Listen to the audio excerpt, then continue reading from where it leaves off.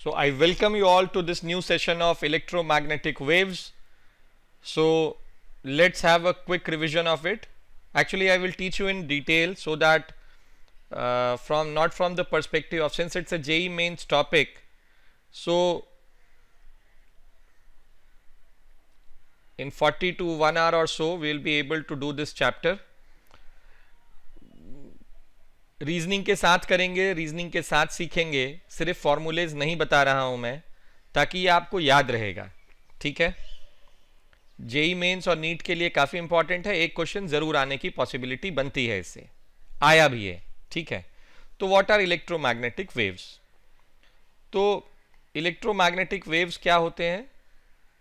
अगर मैं लाइट रे की बात करूं तो लाइट रे को हम लोग इलेक्ट्रिक फील्ड से डिनोट करते थे, और electric field E is given as E naught sine of omega times T minus x by C can be a possible explanation, possible equation of or possible expression for a light wave.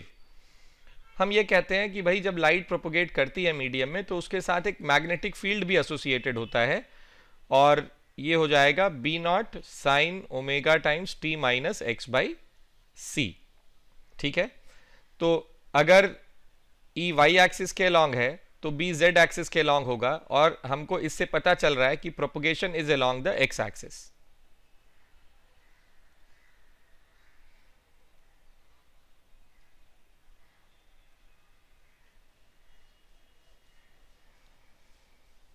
ठीक है.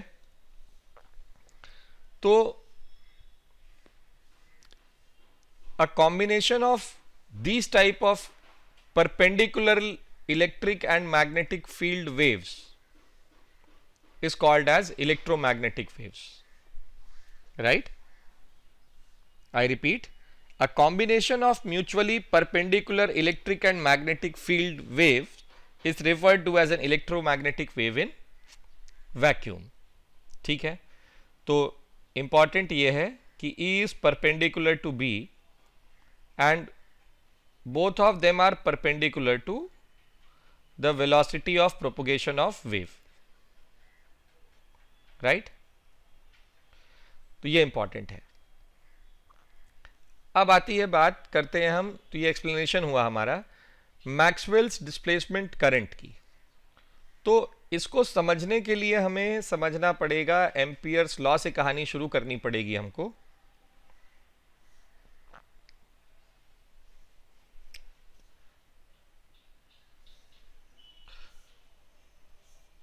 Let's discuss Ampere's law first.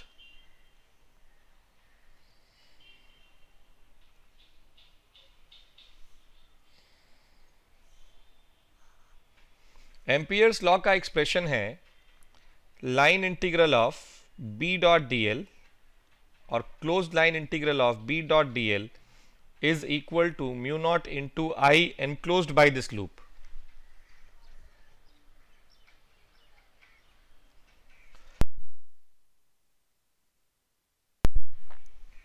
Okay, so this I is enclosed by the loop.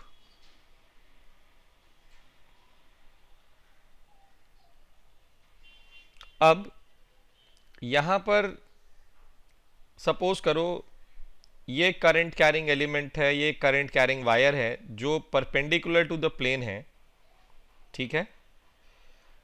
और this is I1, this is I2, this is I3, this is I4, right. और हम ये loop लेते हैं. Okay. तो जब हम ये लूप ले रहे हैं तो यहां पर जब मैं B डॉट डी एल करूंगा तो I एनक्लोज्ड क्या आ जाएगा. मान लीजिए B का डायरेक्शन ये है और L का डायरेक्शन अलोंग द लूप है, दिस इज DL. तो B डॉट डी एल जब हम लिखेंगे तो ये म्यू नॉट I आएगा, और I एनक्लोज्ड में I1 plus I3 minus I4 होगा. तो it's I1 plus I3 minus I4 is the current enclosed. Okay. अब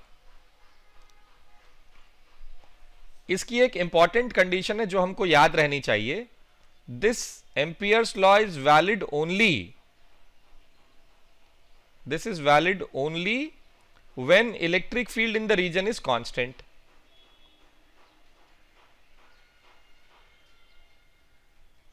right. So this is what you should remember. तो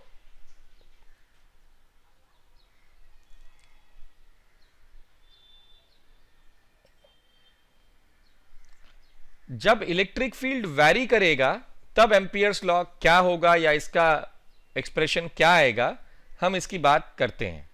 ठीक है. तो एक कैपेसिटर ले लेते हैं.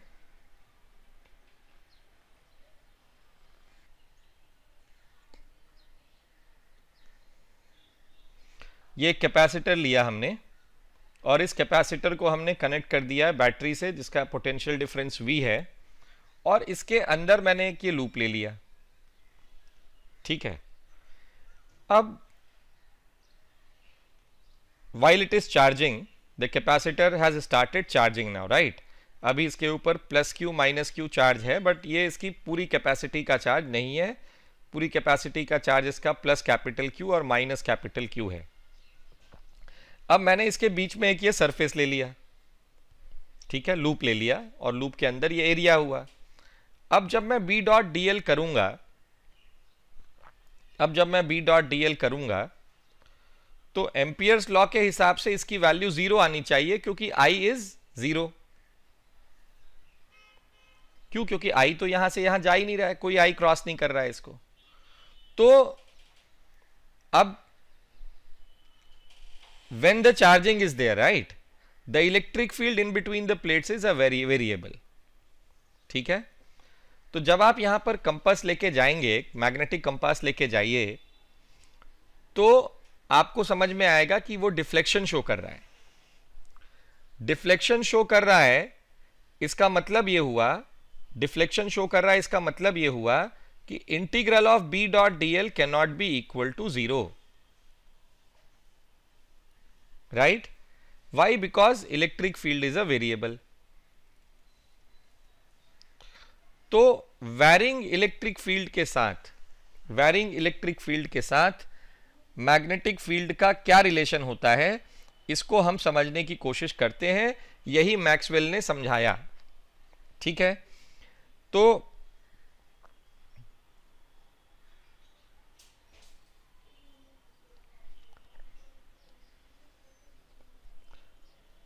जो मैग्नेटिक फील्ड एसोसिएटेड होगा, तो B डॉट डी एल जब हम करेंगे वैरिंग इलेक्ट्रिक फील्ड के साथ, तो this B dot D L is equal to mu naught epsilon naught D phi E by D T. Right. और जो नेट हम B डॉट डी एल लिखेंगे उसमें कंडक्शन करंट तो आएगा ही. यहां पर दिस इज द केस, यहां पर कैपेसिटर के केस में ये लिखा हमने, पर अगर मान लीजिए कंडक्शन करंट भी है, उसके पहले ये जो टर्म आया हमारे पास epsilon naught D phi E by D t, this term is called as displacement current ID. ठीक है. तो डिस्प्लेसमेंट करंट कब आता है? डिस्प्लेसमेंट करंट आता है जब इलेक्ट्रिक फील्ड कांस्टेंट होती है. डिस्प्लेसमेंट करंट कब आता है? जब इलेक्ट्रिक फील्ड वेरिएबल होती है. ठीक है. And this is how it is given. और तब हम integral of B dot D L को ये लिखते हैं. तो अब अगर दोनों करंट है, कंडक्शन करंट भी है और डिस्प्लेसमेंट करंट भी है, तब एम्पियर्स लॉ कैसे लिखा जाएगा? तो टेक्निकली क्या हुआ, Ampere's law for a varying electric field is given as integral of loop integral of B dot D L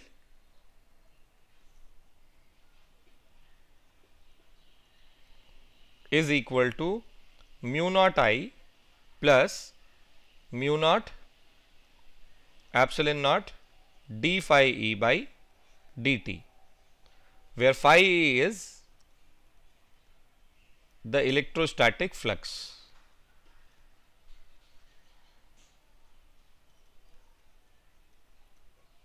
Right? Or we can write it as mu naught I plus ID.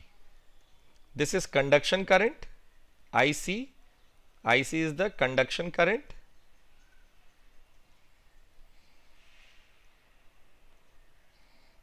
and ID is the displacement current.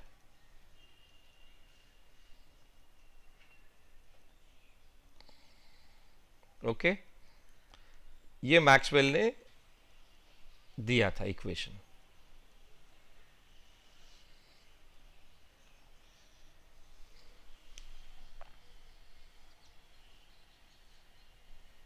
So now let's move ahead to Maxwell's equation.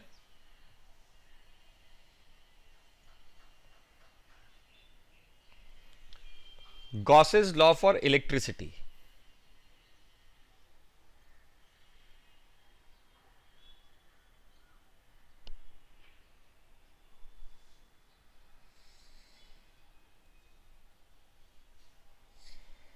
Now please remember that all these equations are valid only for plane electromagnetic waves, plane EM waves.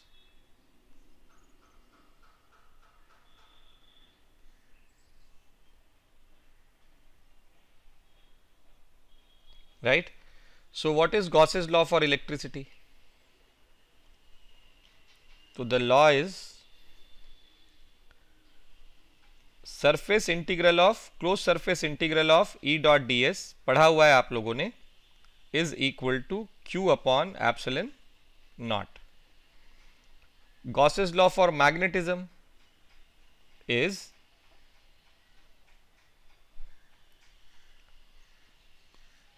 B dot D S, close loop integral of B dot D S is equal to 0. Now Faraday's law,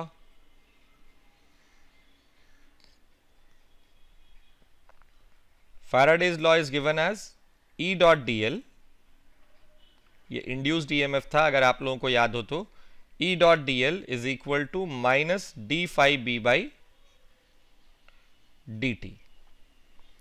और Ampere's law जैसा कि अभी हमने derive किया है, Ampere's law is given as closed loop integral of B dot dl is equal to mu naught times I naught plus ID, or it is mu naught times IC plus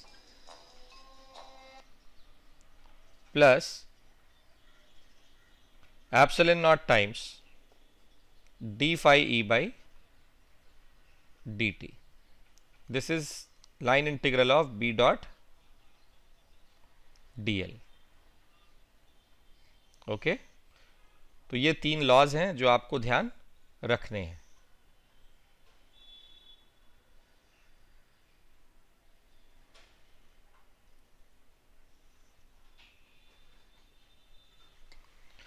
ये 4 equations हैं जो Maxwell's equations के अंदर आते हैं और आपको ये ध्यान रखना है. ठीक है,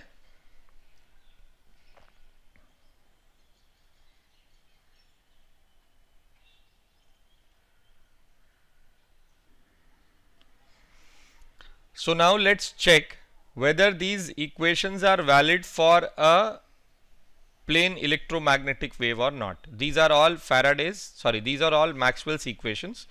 तो ये चेक करते हैं कि these equations are valid for a plane electromagnetic wave or not, right? तो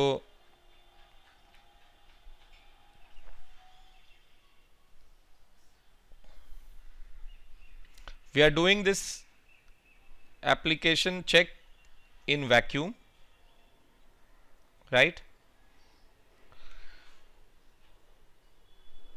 तो Faraday's law is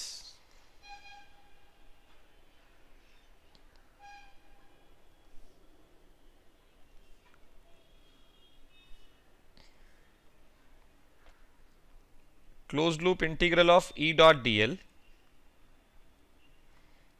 is equal to minus d phi b by dt.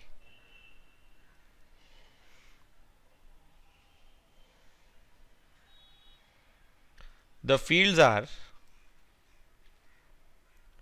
E is equal to this is Ey, right? E naught sine omega t minus x by c, and Bz is B naught sine omega t minus x by c, right. तो अब हम यहाँ पर, so now this is the loop जिसके across हम Faraday's law use करने की कोशिश करेंगे, अप्लाई करने की। इधर आएगा इलेक्ट्रिक फील्ड E, y में है क्योंकि, और इलेक्ट्रिक फील्ड Ez आएगा इस तरफ, सॉरी मैग्नेटिक फील्ड Bz आएगा इस तरफ, ठीक है। तो पहले E डॉट dl करते हैं, A से B, B से C, C से D और D से A। तो क्लोज लूप इंटीग्रल लिखा हमने अगर इस केस के लिए, तो close loop integral of E dot dl, let's do it first. तो ये हो जाएगा, field is along y axis, right, positive y।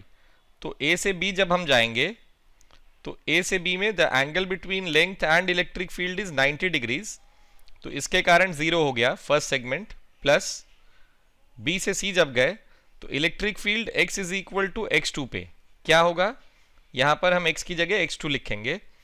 तो ये आएगा हमारे पास E नॉट इंटू ये जो भी लेंथ है, इस लेंथ को हम L ले लेते हैं, ठीक है।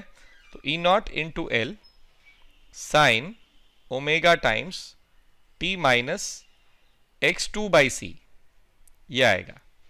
फिर यहाँ पर 0 हो जाएगा C से D में, और जब D से A में हम आएंगे तो फिर से मिलेगा हमको, अब पर ये माइनस हो जाएगा क्योंकि एंगल इनके बीच में अब 180 डिग्रीज का है। तो minus E naught L sine of omega times t minus x1 by c, right.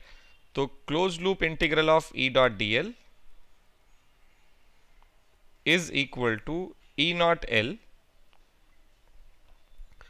Sign of omega times t minus x1 by c, E naught L times sine of omega times t minus x2 by c minus sine omega of t minus x1 by c। ये हमारा E dot dl आया। अब हमको क्या निकालना है, अब हमको निकालना है फ्लक्स, मैग्नेटिक फ्लक्स, फिर उसको डिफरेंशिएट करेंगे टाइम के साथ। तो मैग्नेटिक फ्लक्स के लिए let's take this much portion, right. Magnetic, इसका एरिया वेक्टर मैग्नेटिक फील्ड के पैरेलल होगा, एरिया वेक्टर इसका dA, और ये यहां से x डिस्टेंस पर इसकी विड्थ हमने dx ले रखी है, ठीक है। तो d phi b क्या हो जाएगा, d phi b from this area will be b naught sine omega t minus x by c into area, area हो जाएगा इसका L dx। तो जब phi b के लिए इंटीग्रेट करेंगे इसको फ्रॉम x1 टू x2, तो ये आएगा b naught L integral of sine omega times t minus x by c dx, right, from x1 to x2। Sine का इंटीग्रल होता है माइनस कॉस, और x के रिस्पेक्ट में कर रहे हैं इसलिए माइनस का माइनस प्लस हो जाएगा, तो ये मिलेगा upon omega. Now when we substitute the limits we get cos of omega t minus x2 by c minus cos of omega t minus x1 by c, ये मिला हमको phi b। Now from here we get minus d phi b by dt as, इसको differentiate जब करेंगे तो omega बाहर आएगा और कॉस का डेरिवेटिव माइनस साइन, माइनस हुआ माइनस साइन, तो माइनस का माइनस प्लस हो गया, तो ये आया b naught L c omega upon omega, this become sign omega times t minus x2 by c minus sine omega times t minus x1/c। ठीक है, अब आप इन दोनों एक्सप्रेशंस को देखिए, इसको और इसको, ये दोनों एक ही चीज को रिप्रेजेंट करते हैं, फैराडेज लॉ को, दे शुड बी इक्वल। तो अगर आप ध्यान से देखेंगे यहाँ पे, तो ये साइन तो कैंसिल हो जाता है, sine gets eliminated when we equate these two equations. तो बचा क्या हमारे पास, ये ओमेगा भी यहाँ कैंसिल हो रहा है, एल भी कैंसिल हो जाएगा, तो हमको ई नॉट की वैल्यू मिलती है B naught C. So we get the value of E naught as B naught C. Clear? तो ये हमने इक्वेशन डिराइव किया है फैराडेज लॉ से। हम करना क्या चाह रहे हैं, हम ये प्रूव करना चाह रहे हैं कि मैक्सवेल्स इक्वेशंस जो हैं वो प्लेन इलेक्ट्रोमैग्नेटिक वेव के लिए वैलिड है या नहीं है। और हम वेव कौन सा ले रहे हैं, हम लाइट वेव ले रहे हैं। तो पहला एक्सप्रेशन आया E naught is equal to B naught C, where E naught is amplitude of electric field wave and B naught is amplitude of magnetic field wave. Right, now let's move ahead to Ampere's law, applying Ampere's law in vacuum. Okay, vacuum में conduction current नहीं होता है, तो सिर्फ displacement current होगा और ये आएगा, एम्पियर्स लॉ ये हो जाएगा। ठीक है, फिर से हम ग्राफ बनाते हैं, इस डायरेक्शन में हम मूव करेंगे। अब सबसे पहले, और हमारा मैग्नेटिक फील्ड कहाँ था, मैग्नेटिक फील्ड था अलोंग z एक्सिस और electric field was along the y axis, इस तरफ था। तो पहले close loop integral of b dot dl निकालते हैं। Close loop integral of b dot dl हो जाएगा, यहाँ पर d से e जब हम आएंगे, तो d से e आएंगे तो ये x1 पे है। मैग्नेटिक फील्ड का एक्सप्रेशन था bz is b naught sine omega t minus x/c। ठीक है, and this length is, we are considering this length to be l, right. तो it is b naught sine, l से multiply कर लीजिए, sine omega t minus x1/c।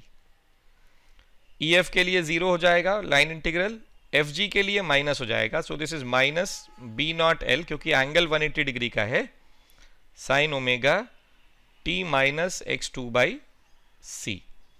यह आ गया हमारा b dot dl। अब हम बात करते हैं इलेक्ट्रिक फील्ड। इलेक्ट्रिक फील्ड क्या है हमारे पास, E is E naught sine omega t minus x/c। ठीक है, तो यहां पर फिर से हम एक एलिमेंट चूज करते हैं और ये x हो गया। ठीक है, तो जब हम d फाई e लिखेंगे तो हम लिखेंगे E naught sine omega t minus x/c into L d x. ठीक है, तो L यहाँ और dx यहाँ। Now we should integrate it to find out what is flux phi e from, the integration will be from x1 to x2, right. So this is E naught L, when we integrate it, it's with respect to x, sine का minus cos आएगा और minus minus बाहर आके plus हो जाएगा, तो ये आएगा c अपॉन ओमेगा। ठीक है, और साइन का इंटीग्रल कॉज होता है, तो cause of omega t minus x2/c minus cos omega t minus x1/c। ये आया फाई e। फिर से डिफरेंशिएट कर दीजिए इसको, d phi e by D t, this is E naught L c by omega, cos का डिफरेंशिएशन माइनस साइन, तो ये हो जाएगा कॉज, एक तो ओमेगा बाहर आएगा, omega will be taken out, right, और ये हो जाएगा sine omega t minus x1/c minus sine omega t minus x2/c। ये हुआ। इसको आप मल्टीप्लाई कर दीजिए म्यू नॉट एप्सिलॉन नॉट से ऑन ईदर साइड्स। ठीक है। Then what happens is this entire equation is equal to this equation by this law. Okay. तो जब आप कंपेयर करेंगे यहां पर इसको, तो आपको दिखाई देगा ये कि ये साइन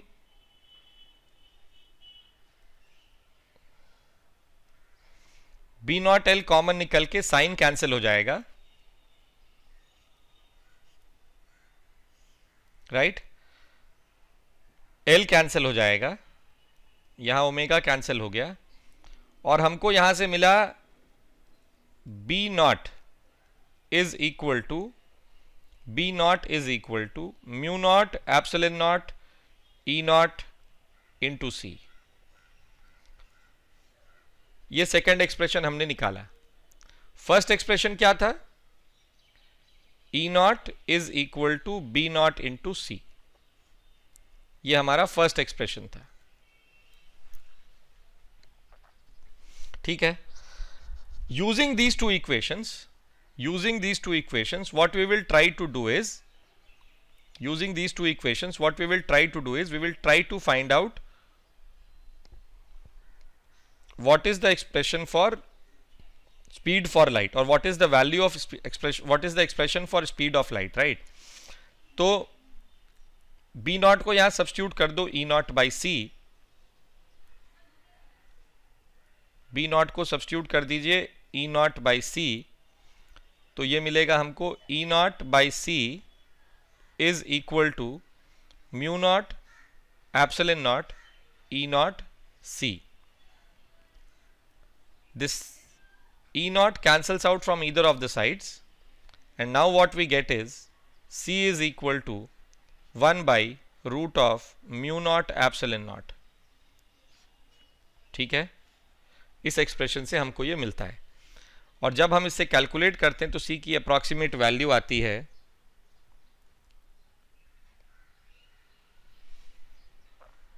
3 × 10⁸ मीटर्स पर सेकेंड। तो यही वैल्यू होती है लाइट की। 2.99 कुछ आता है, पर हम अप्रॉक्सीमेटली उसको ये लिख सकते हैं। तो ये प्रूव करता है कि मैक्सवेल्स इक्वेशंस जो है ये प्लेन इलेक्ट्रोमैग्नेटिक वेव के लिए वैलिड हैं। ठीक है। और ये इसकी वैलिडिटी हमने चेक कर ली। यहाँ पर ये डेरिवेशन आप लोग के सिलेबस में नहीं है, पर मैंने आपको ये इसलिए सिखाया है ताकि आपको समझ आए कि ये आया कहाँ से है।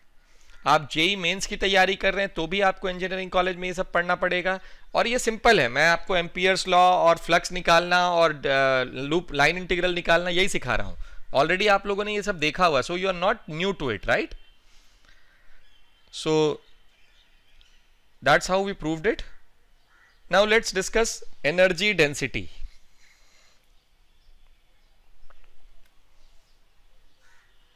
is given as E naught sine omega times t minus x by c, right? And this is Ey, and Bz is given as B naught sine omega times t minus x by c. हमको मालूम है electric field में energy density क्या होती थी? Half epsilon naught E square. और magnetic field में क्या होती थी? UB is it's B square upon 2 mu naught. So unit is equal to UE plus UB। UE को लिख सकते हैं half epsilon naught E naught square sine square omega times t minus x by c।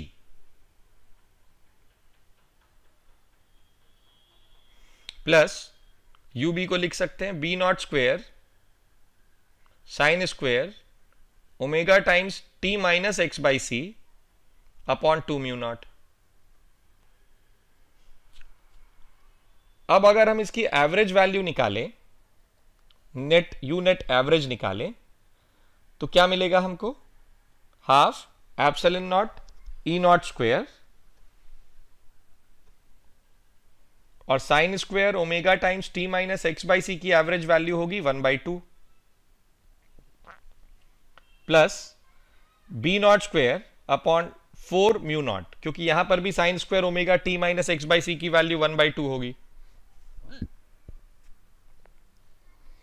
अब you average को हम लिख सकते हैं 1/4 epsilon naught E naught square plus B naught square upon 4 epsilon naught 4 mu naught, right. अब हमारे पास दो equations हमने डिराइव की हुई हैं।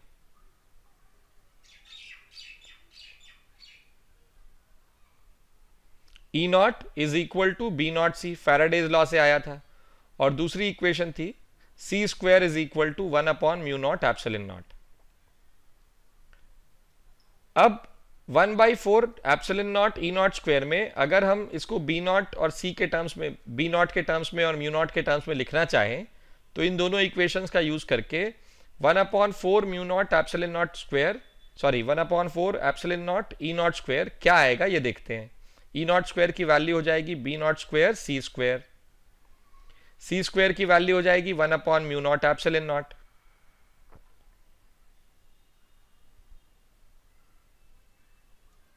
तो ये हमको फाइनली मिलेगा B naught square upon 4 mu naught.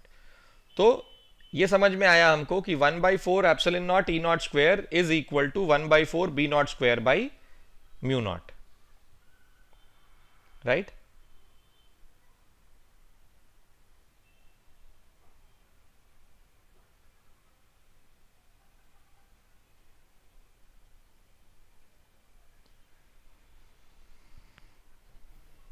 अब अगर मैं यू एवरेज को लिख सकता हूं, मैं यहां पर अगर मैं सिर्फ इलेक्ट्रिक फील्ड के टर्म्स में लिखना चाहूं तो half epsilon naught E naught square हो जाएगा, और सिर्फ मैग्नेटिक फील्ड के टर्म्स में लिखना चाहूं तो half B naught square mu naught हो जाएगा, ठीक है। So this is how u average can be given.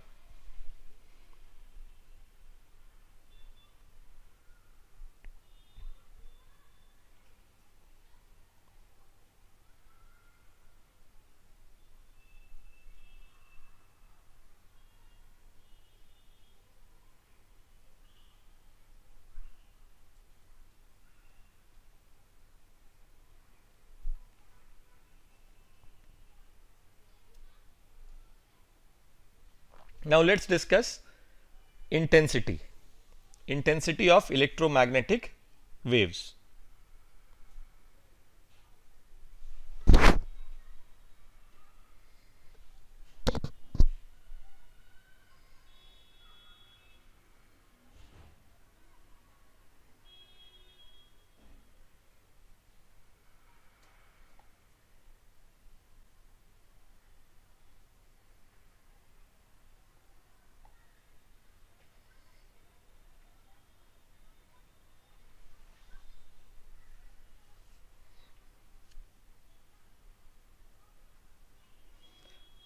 ये हमने एक सिलेंड्रिकल कॉलम लिया जिसमें लाइट रे प्रोपोगेट कर रही है। ये दो रीजन्स के बीच में लाइट रे, अगर डेल्टा टी टाइम में लाइट रे क्या लेंथ ट्रैवल करेगी इन दो पॉइंट्स के बीच में, तो it is C delta t, right. X axis में प्रोपोगेट कर रही है और क्रॉस सेक्शन एरिया इसका ए होगा। This is the cross section area. तो यू क्या हो जाएगा, एनर्जी डेंसिटी होती है half epsilon naught E naught square which is equal to B naught square by 2 mu naught. तो एनर्जी, टोटल एनर्जी इस पूरे वॉल्यूम में क्या स्टोर हो गई, u multiplied by C delta t into A, volume है ये। तो इंटेंसिटी क्या होता है, इंटेंसिटी होता है energy per unit area per unit time. तो u upon A delta t which is u into C.